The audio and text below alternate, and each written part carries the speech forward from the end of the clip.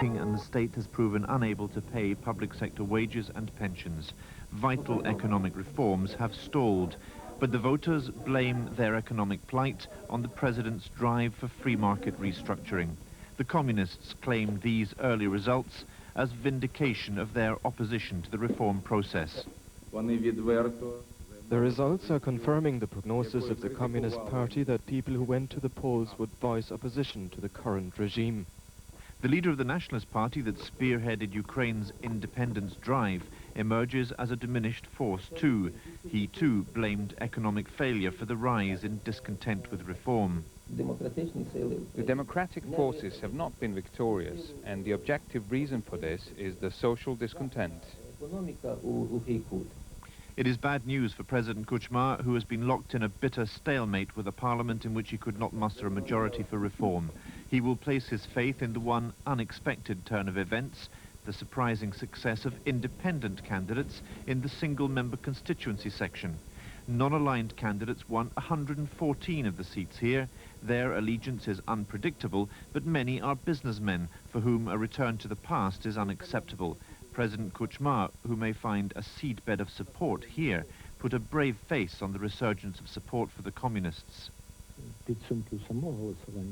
The result is not as bad as I feared. The results are not quite ready yet, but the communists are getting a considerable part of the seats.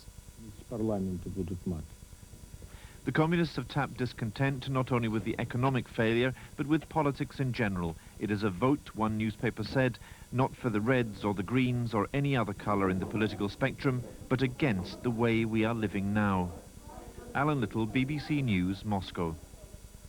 I'm joined now from Oxford by James Sher, a senior lecturer at Oxford University who specialises in Ukraine. Thank you very much for joining us. I mean, the votes aren't fully in yet, but what seems to you the message that is coming from the electorate of the Ukraine? Well, I fear the cure is likely to be worse than the disease, but I think in looking at these elections we have to understand that they aggravate and dramatize an old problem.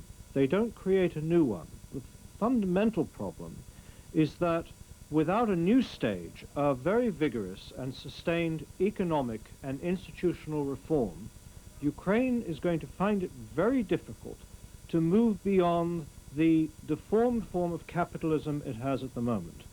And by that I mean an economic system which enriches at most 5% of the people, impoverishes 50% of the people, and criminalizes a growing proportion of society. So the reforms aren't working at the moment, or at least not working fast enough to reach the end of the tunnel. Is that right? That's correct. And reform basically only works in post-Soviet, post-communist circumstances if the two stages of reform are coupled together. And this so far has really only been done successfully in Central Europe. That is to say, the macroeconomic reforms which were pursued very vigorously by the president in the last 2 years have stalled.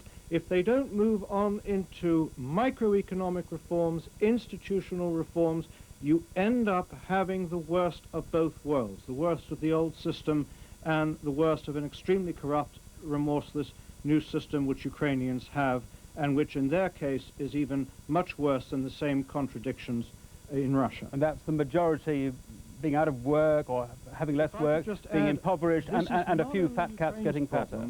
It's also our problem, because if Ukraine is not capable of creating a viable, open, dynamic economy, it is, despite its own wishes, almost inevitably bound to become more dependent on Russia, more dependent on what it had before, and less capable of achieving its stated goal, which I think is still the goal of the majority of Ukrainian population, of real effective integration with Europe, and that means creating the conditions to attract Europeans and European capital into Ukraine. Let's just stay with